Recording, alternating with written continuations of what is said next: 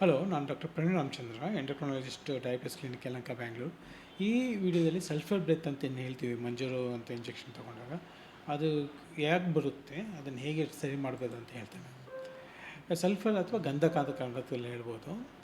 ಇದು ಅಲರ್ಜಿ ಆಗಿರಲ್ಲ, medicine allergy ಅಲ್ಲ ಇದು. ಮತ್ತು ಇದು ಒಂದು ಅಲರ್ಜಿಕ್ ರಿಯಾಕ್ಷನ್ ಅಲ್ಲ, ಪ್ಲಸ್ ಟಾಕ್ಸಿಕ್ ಪ್ರೊಡಕ್ಷನ್ ಕೂಡ ಅಲ್ಲ ಇದು. ಅದೇನಾಗುತ್ತೆ ಮಂಜಾರು ಅಂತ ಇಂಜೆಕ್ಷನ್ ತೊಗೊಂಡಾಗ ಟೆಜಿಪೆಟೈಡ್ ಹೊಟ್ಟೆದು ಮತ್ತು ಇಂಟೆಸ್ಟೈನ್ದು ಮೂಮೆಂಟ್ ಕಮ್ಮಿ ಆಗಿಬಿಡುತ್ತೆ. ಕಮ್ಮಿ ಆದಾಗ ಏನಾಗುತ್ತೆ, ಫುಡ್ಡು ಸ್ವಲ್ಪ ಸ್ಟಮಕ್ಕಿಂದ ಕೆಳಗಡೆ ಹೋಗ್ಲಿಕ್ಕೆ ಸ್ವಲ್ಪ ಟೈಮ್ ತೊಗೊಂಡಾಗ ಅಲ್ಲಿ ಬ್ಯಾಕ್ಟೀರಿಯಾಗಳು ವರ್ಕ್ ಆಗಿಬಿಟ್ಟು ಸಲ್ಫರ್ ಅಂತ ಒಂದು ಪ್ರಾಡಕ್ಟ್ನ ಅದನ್ನು ಪ್ರೊಡ್ಯೂಸ್ ಮಾಡ್ತವೆ. ಹಾಗಾಗಿಬಿಟ್ಟು ಏನಂತಾರೆ, ಈ ಸಲ್ಫರ್ ಪ್ರೊಡ್ಯೂಸ್ ಆಗಿದ್ದು ಬರ್ಪ್ ಆಗಿ ಹೊರಗಡೆ ಬರುತ್ತೆ. ಸ್ವಲ್ಪ ರಾಟನ್ ಎಗ್ ಸ್ಮೆಲ್ ಥರ ಇರುತ್ತೆ, ಕೆಲವು ತುಂಬ ಅನ್ಕಂಫರ್ಟಬಲ್ ಆಗಿರುತ್ತೆ. ಬಟ್ ಇದು ಟಾಕ್ಸಿಸಿಟಿ ಅಲ್ಲ. ಹಾಗಾಗಿ ಇದು ಮೆಡಿಸಿನಿಂದ ಆಗಿದ್ದರಿಂದ ಅದನ್ನು ಹೇಗೆ ಸರಿ ಮಾಡೋದು, ಸೈಡ್ ಎಫೆಕ್ಟ್ ಹೆಂಗೆ ಕಮ್ಮಿ ಮಾಡೋದು ಅಂತ ಒಂದು ಇದು ಇರ್ತದೆ. ಇದು ಎಸ್ಪೆಷಲಿ ಯಾವಾಗ ಜಾಸ್ತಿ ಆಗುತ್ತೆ ಅಂದರೆ ಮಂಜಾರ ಕೊಟ್ಟಾಗ ಕಾನ್ಸ್ಟಿಪೇಷನ್ ಆದಾಗ ಏನಾಗುತ್ತೆ, ಇಂಟೆಸ್ಟೈನ್ ಮೂವ್ನೂ ಆಗೋಲ್ಲ.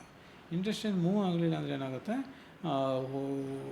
ಕರಳಲ್ಲಿ ಹೊಟ್ಟೆಲಿ ಫುಡ್ಡು ಜಾಸ್ತಿ ಉಳ್ಕೊಂಡು ಅದ್ರಲ್ಲಿ ಬ್ಯಾಕ್ಟೀರಿಯಾಗೆ ಅದನ್ನು ಫರ್ಮೆಂಟ್ ಮಾಡೋಕ್ಕೆ ಜಾಸ್ತಿ ಟೈಮ್ ಸಿಕ್ಕಿದಾಗ ಅದು ಸಲ್ಫರು ಜಾಸ್ತಿ ಪ್ರೊಡ್ಯೂಸ್ ಆಗುತ್ತೆ. ಹಾಗಾಗಿ ನಾವು ಕಾನ್ಸ್ಟಿಪೇಷನ್ ಇದ್ದ ತಕ್ಷಣ ಅದಕ್ಕೆ ಟ್ರೀಟ್ಮೆಂಟ್ ತೊಗೋಬೇಕು. ಸಿರಪ್ಸ್ ಎಲ್ಲ ಬರುತ್ತೆ, ನಿಮ್ಮ ಎಂಡೋಕ್ರೈನಾಲಜಿಸ್ಟ್ ಬರ್ಕೊಡ್ತಾರೆ. ಮತ್ತು ಇನ್ನೇನು ಮಾಡ್ಬೋದು ಅಂದರೆ, ನೀವು ಕೆಲವು ಸಲ್ಫರ್ ಇರೋಂಥ ಫುಡ್ನ ಸ್ವಲ್ಪ ಅವಾಯ್ಡ್ ಮಾಡಬೇಕು. ಮೊಟ್ಟೆ ಆಗಲಿ, ಮೀಟ್ ಆಗಲಿ ಸ್ವಲ್ಪ ಅವಾಯ್ಡ್ ಮಾಡಬೇಕು. ಮತ್ತು ಸ್ಮೆಲ್ ಬರೋಂಥ ಫುಡ್ ಅಂದರೆ ಗಾರ್ಲಿಕ್ಕು, ಆನಿಯನ್ ಸ್ವಲ್ಪ ಅವಾಯ್ಡ್ ಮಾಡಬೇಕು. ಮತ್ತು ಡೈರಿ ಉತ್ಪನ್ನಗಳು, ಮೊಸರು, ಹಾಲು ಸ್ವಲ್ಪ ಕಮ್ಮಿ ಮಾಡಿ. ಮತ್ತು ಬ್ರಾಕೋಲಿ ಮತ್ತು ಹೂಕೋಸನ್ನು ಕೂಡ ಕಮ್ಮಿ ಮಾಡಬೇಕಾಗುತ್ತೆ. ಮತ್ತು ಲೈಟ್ ಫುಡ್ ತೊಗೋಬೇಕಾಗುತ್ತೆ. ಅದು ಲೈಟ್ ಫುಡ್ ತೊಗೊಂಡ್ರೆ ಈ ಸೈಡ್ ಎಫೆಕ್ಟ್ ಕಮ್ಮಿ ಇರುತ್ತೆ. ಮತ್ತು ಏನಂತಾರೆ, ಹೈಡ್ರೇಷನ್, ನೀರು ಚೆನ್ನಾಗಿ ಕುಡಿತಾ ಇರಬೇಕಾಗುತ್ತೆ.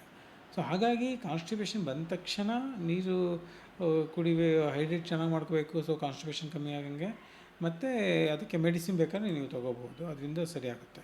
ಸೊ ಬೆಳಗ್ಗೆ ಇದನ್ನು ಹೆಂಗೆ ಕಮ್ಮಿ ಮಾಡ್ಬೋದು ಅಂದರೆ, ಬೆಳಗ್ಗೆ ಎದ್ದ ತಕ್ಷಣ ಚೆನ್ನಾಗಿ ನೀರು ಕುಡಿಬೇಕು ಮತ್ತು ಸ್ವಲ್ಪ ವಾಕ್ ಮಾಡಬೇಕು. ಇದರಿಂದ ಕಾನ್ಸ್ಟಿಪೇಷನ್ ಕಮ್ಮಿ ಆಗುತ್ತೆ. ರಾತ್ರಿ ತುಂಬ ಲೇಟಾಗಿ ಊಟ ಮಾಡಬಾರ್ದು. ಅದೇನಾಗುತ್ತೆ, ತುಂಬ ಲೇಟಾಗಿ ಊಟ ಮಾಡಿದರೆ ನೀವು ಊಟ ಮಾಡಿದ ತಕ್ಷಣ ನಿದ್ದೆ ಮಾಡ್ತೀರಾ.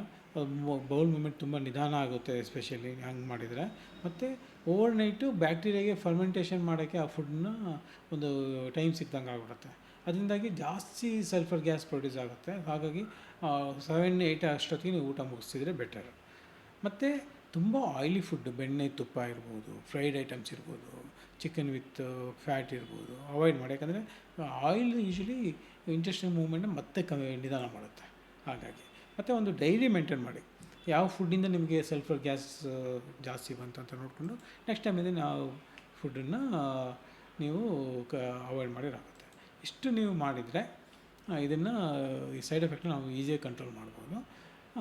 ಮತ್ತು ಈ ಸಲ್ಫರ್ ಬ್ರೆತ್ ಜೊತೆ ನಿಮಗೆ ಕಾನ್ಸ್ಟಿಪೇಷನ್ ಜಾಸ್ತಿ ಆಯಿತು, ಜ್ವರ ಬಂತು, ಔಟ್ಸೈಡನ್ನು ಊಟ ಮಾಡಿದರೆ ಬೇರೆಯೇ ರೀಸನ್ ಇರ್ಬೋದು, ಇನ್ಫೆಕ್ಷನ್ ಆಗಿರ್ಬೋದು. ಅದಕ್ಕೆ ಎಂಡೋಕ್ರೈನಾಲಜಿಸ್ಟ್ ಮೀಟ್ ಮಾಡಿ ಅವ್ರು ನಿಮಗೆ ಮೆಡಿಸಿನು, ಆ್ಯಂಟಿಬಯೋಟಿಕ್ ಕೊಡ್ತಾರೆ.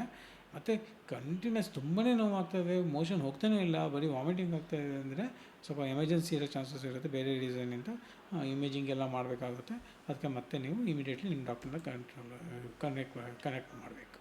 ಓಕೆನಾ? With this I conclude my talk. Thank you very much.